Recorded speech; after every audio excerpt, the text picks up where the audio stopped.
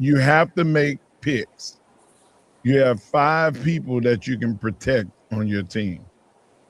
And then the expansion draft happens, and then these 2 teams get the 2 expansion teams get the draft from the entire WNBA rosters to try to build a team.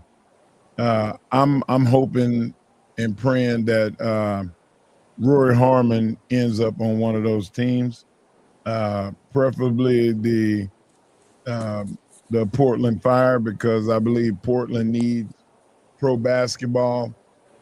They've already went in a talk saying that they were going to get an NBA team back in Portland or in Seattle. But in that area of the country, we need them to have foundational basketball teams. Harge, I'm excited for the women. What say you? I'm excited for them as well. I mean, they've worked long and hard for this. They battled the entire time about this. They've done some different things along the way to get to this point. I understand too that there's the levels to it. As far as rookies coming in, you're obviously going to be making the rookie salary, but you also want to put yourself in a position to make as much as you possibly can. Yes, they get endorsements, they get all the things that can happen off the court, but as far as the working salary and being able to achieve that, I think this is a win-win for everyone that's involved.